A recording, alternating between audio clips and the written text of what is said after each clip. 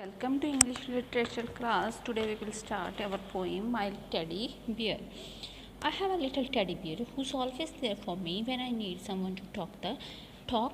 He listens quietly. तो उसने क्या कहा, मेरे पास एक छोटा सा टेडी बियर है जो कि हमेशा मोस्टली मेरे साथ रहता है, जिसके साथ मैं बात करती हूँ और वो मुझे लिसन करता है बड़े आराम से. He doesn't get mad or yell.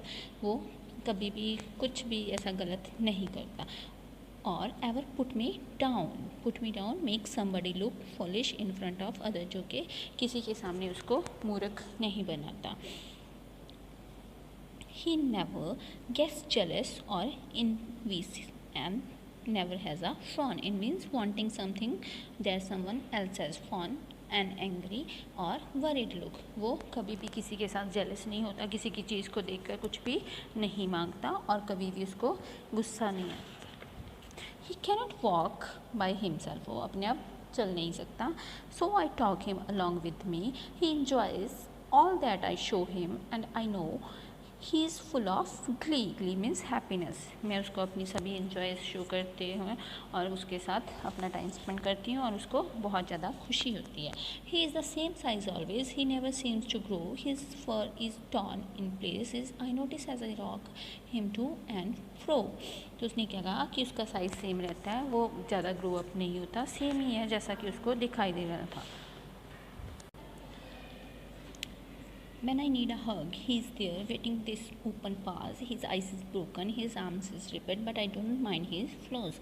Ripped mean broken और टॉर्न. तो जब भी मुझे लगता है तो मैं उसको हग कर सकती हूँ, उसको ओपनली कर सकती हूँ. उसकी आइज़ ब्रोकन है, उसको सब कुछ कर सकती हूँ, जैसे कि वो कभी भी माइंड नहीं करता. उसको मैं कहीं भी कैसे भी ऊपर नीचे जो भी करना चाहती हूँ करती हूँ. I love my little teddy bear with his cute little face and if we were more like teddy bears the world would be a better place. तो उसको लगता है कि मैं अपने टेडी बियर को बहुत ज़्यादा प्यार करती हूँ, उसका बहुत ज़्यादा लिटिल फेस है और क्या है वो जैसे कि और दुनिया में टेडी बियर्स होते हैं बिल्कुल वैसा ही है और वर्ल्ड के सबसे बेटर प्लेस है टेडी बियर्स के लिए. Take the correct answers. I have a little teddy bear who's always there for me. He doesn't get mad or yell or ever put me down. He cannot walk by himself, so I take him along with me. When I need a hug, he's there waiting the open paws. I love my little teddy bear, which is cute little face. Answer the questions. Is the teddy bear ever angry with the poet? No, the teddy bear is never angry with the poet. Why does the poet take the teddy bear along? The poet takes the teddy bear along as he cannot walk by himself, क्योंकि वो खुद चल फिर नहीं सकता. Does the teddy bear enjoy all that the poet shows him? How do you know? Yes, the teddy bear enjoys all that the poet shows him as he is full of glee, क्योंकि बहुत ज़्यादा खुश होता है.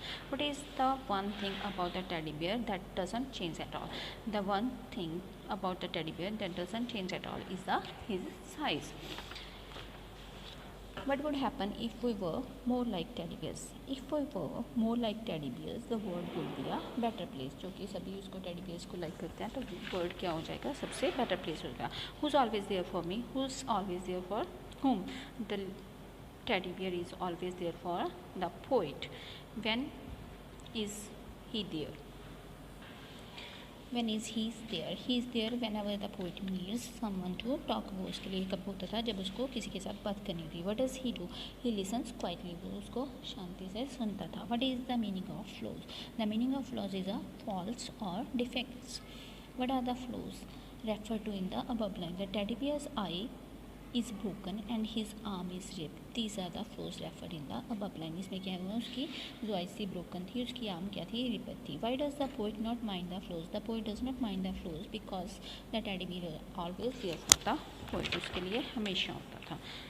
Write the opposite words of the each box quietly, nicely, never, always, better, worse, more, less, broken, unbroken, small, large.